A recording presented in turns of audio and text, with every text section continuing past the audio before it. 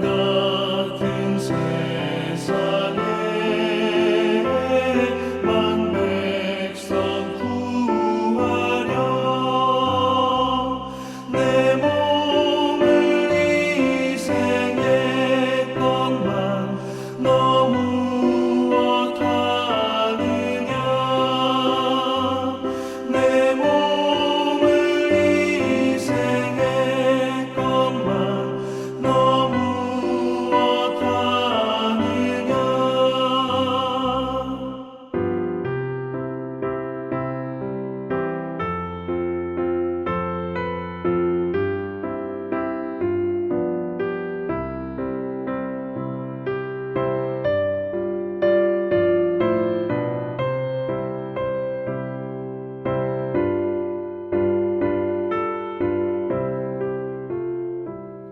죄 중에 빠져서 영 죽을 인생을 구하여 주려고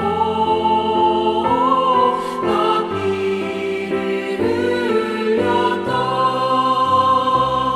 내 죄를 대속했건만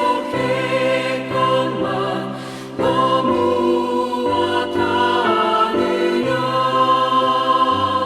내 죄를 대속했건만 너 무엇하느냐.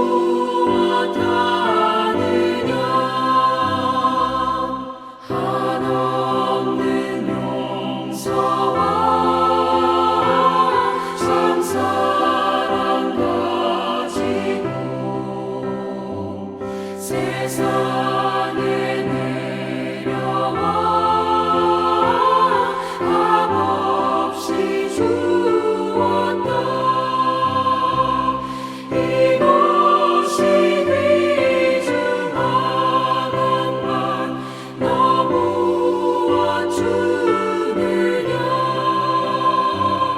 이것이 귀중한 것만 너 무엇 주느냐. 오늘 우리에게 주신 하나님의 말씀은 마태복음 14장 1절부터 12절의 말씀입니다. 신약성경 22쪽입니다. 마태복음 14장 1절부터 12절까지의 말씀을 드라마 바이블로 낭독합니다. 제14장. 그때 분봉왕 헤롯이 예수의 소문을 듣고 그 신하들에게 이르되 이는 세례 요한이라. 그가 죽은 자 가운데서 살아났으니 그러므로 이런 능력이 그 속에서 역사하는도다. 전에 헤롯이 그 동생 빌립의 아내 헤로디아 일로 요한을 잡아 결박하여 옥에 가두었으니 이는 요한이 헤롯에게 말하되 당신이 그 여자를 차지한 것이 옳지 않다 하였습니다.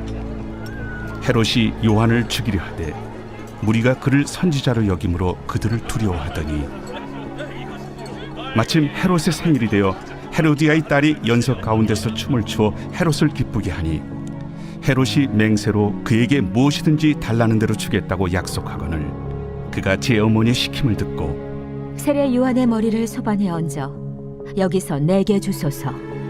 왕이 근심하나 자기가 맹세한 것과 그 함께 앉은 사람들 때문에 주라 명하고 사람을 보내어 옥에서 요한의 목을 베어 그 머리를 소반에 얹어서 그 소녀에게 주니 그가 자기 어머니에게로 가져가니라.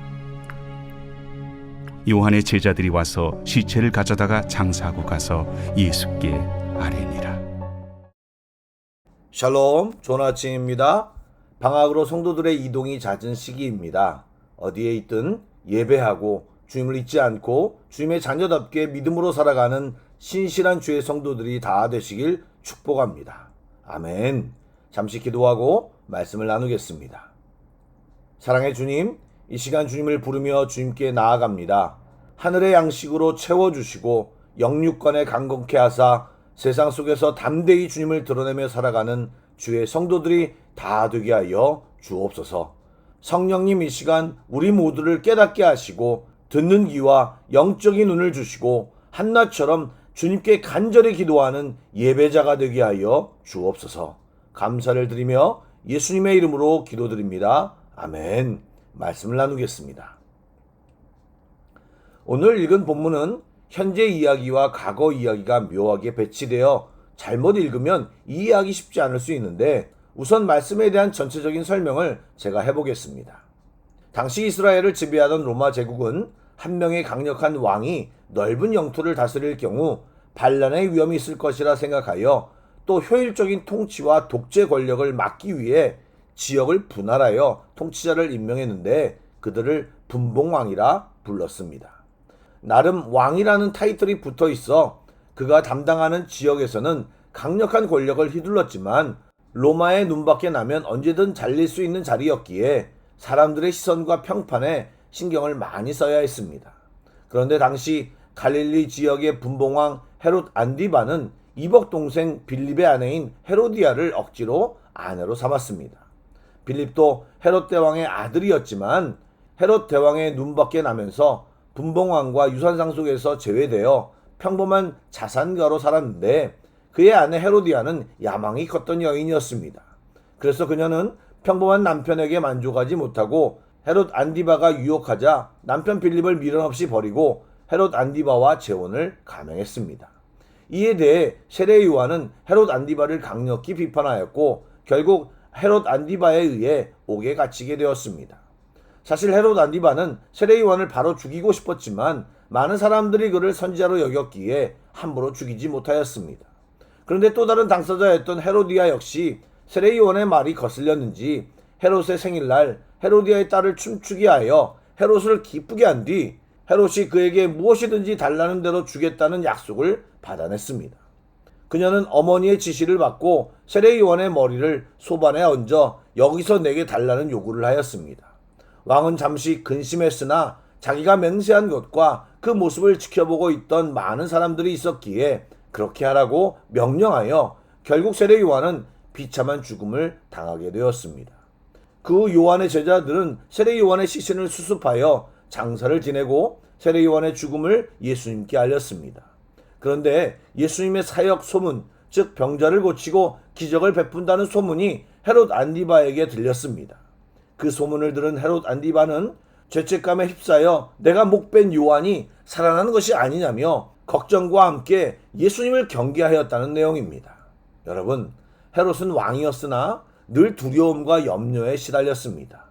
요한의 쓴소리가 싫어서 죽이고 싶었지만 그를 선지자로 믿고 따르는 무리들이 많았기에 대중을 무서워했고 세례 요한을 죽인 후에도 심한 환청과 영적 노이로제에 시달렸다고 합니다. 그는 하나님이 아니라 사람의 시선과 평판을 신경 쓰고 그것에 집착한 나머지 그것에 매여 왕이지만 비참한 인생을 살았습니다.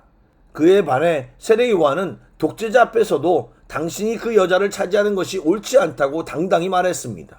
그는 눈에 보이는 왕보다 하나님을 두려워하고 하나님을 믿었기에 세상 권력자 앞에서도 비굴하지 않았습니다. 여러분, 세상과 사람 눈치 보느라 영적 두려움 속에 사느냐 아니면 하나님을 경외함으로 세상 앞에서 당당하게 사느냐는 우리의 선택입니다. 이 시간 솔직히 우리 자신이 누구를 더 의식하며 살아가고 있는지를 점검하시고 바라기는 우리 모두 하나님을 경외함으로 하나님만 의식하며 살아가는 성도들이 다 되시길 축복합니다. 아멘. 또 마태복음에는 소개되고 있지 않지만 다른 복음서를 보면 그를 침문하는 과정에서 헤롯이 요한의 말을 들으며 양심에 찔렸는지 요한의 책망을 들을 때 괴로워하면서도 그의 말을 달갑게 들었다고 합니다. 그래서 대중의 소리를 신경 쓰기도 했지만 스스로도 요한은 하나님의 선지자라고 생각하여 그를 함부로 죽이지 못하고 옥에 가두고 있었던 것입니다. 그런데 생일잔치라는 화려한 자리에서 헤롯은 허세를 부리며 무모한 약속을 남발했습니다. 그리고 사람들 앞에서 자기의 체면을 지키기 위해 자신이 의롭다고 생각했던 요한을 죽이게 되는 큰 죄의 수렁에 빠져듭니다. 그는 요한을 죽이는 것이 올바르지 않다는 것을 인식하면서도 체면과 주변 사람들의 시선이라는 덫에 걸려 결국 헤어나오지 못하고 세례 요한을 죽이는 더 큰 죄의 수렁에 빠지게 되었습니다. 이것이 죄의 속성입니다. 죄는 양심을 마비시키고 결국은 스스로 빠져나올 수 없는 수렁이 됩니다. 여러분, 우리도 그럴 때가 있지 않습니까? 분명히 하나님이 기뻐하시지 않을 것이다, 불의한 일이다라는 것을 우리 안에 계신 성령님이 주시는 양심으로 뻔히 알면서도 입장, 체면, 관계와 사람의 시선 때문에 슬그머니 양심과 타협하고 죄를 선택하신 적이 있지 않습니까? 여러분, 그 길은 헤롯의 길이고 결국 죄의 수렁에 빠져 우리의 영혼이 마비되는 길입니다. 오늘 하루 나의 체면보다 하나님 앞에서 양심과 신앙을 지키는 우리 모두가 되기를 축복합니다. 아멘. 또한 스승을 잃은 세례 요한의 제자들의 행동을 주목해 보시기 바랍니다.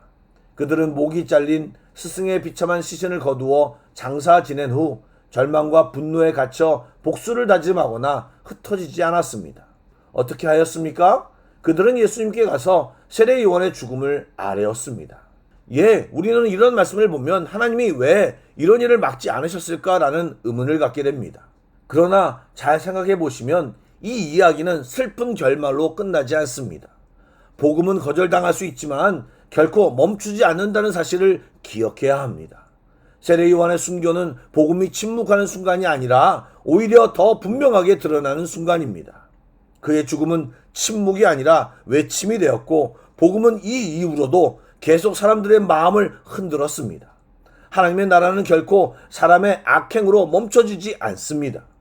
여러분, 하나님의 때에 열매를 맺는다는 것을 잊지 마시기 바랍니다. 우리의 외침이 오늘 묻힐 수 있지만 하나님 나라 안에서는 결코 사라지지 않습니다. 세례 요한처럼 끝까지 진리를 외치는 담대한 성도들이 다 되시길 주님의 이름으로 축복합니다. 또한 세례 요한의 제자들의 슬픔의 종착지가 누구였습니까? 바로 예수님이었습니다.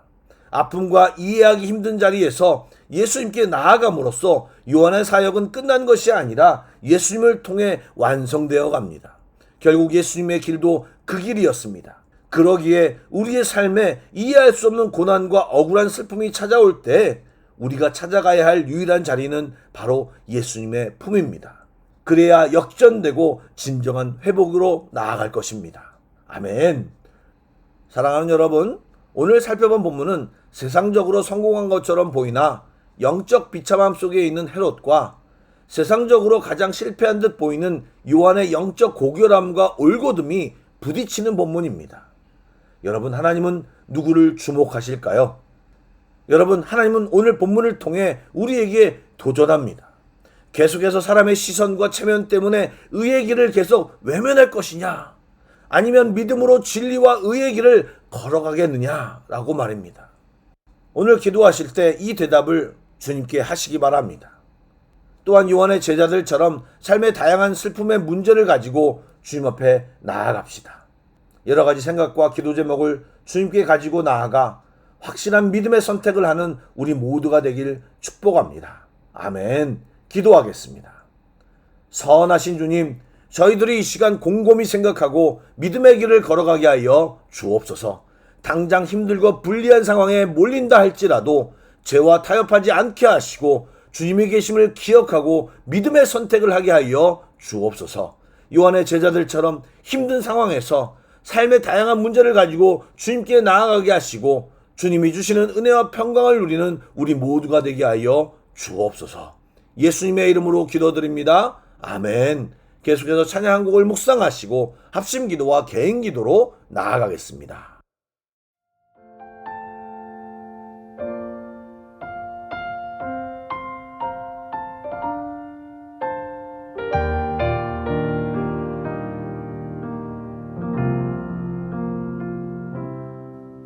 이곳에 임하신 하나님 나라, 가난한 마음으로 바라보리라. 먼저 그 나라 그 뜻 구하며 나의 삶 드리리. 주님이 맡기신 하나님 나라, 믿음의 눈으로 바라보리라. 하늘의 뜻이 이 땅 가운데 완성될 그날까지 믿음 다요 그 위에 서리라 하나님의 나라는 무너지지 않으리 믿음 다요 그 나라 세워가리라 주님 곧 오실 때까지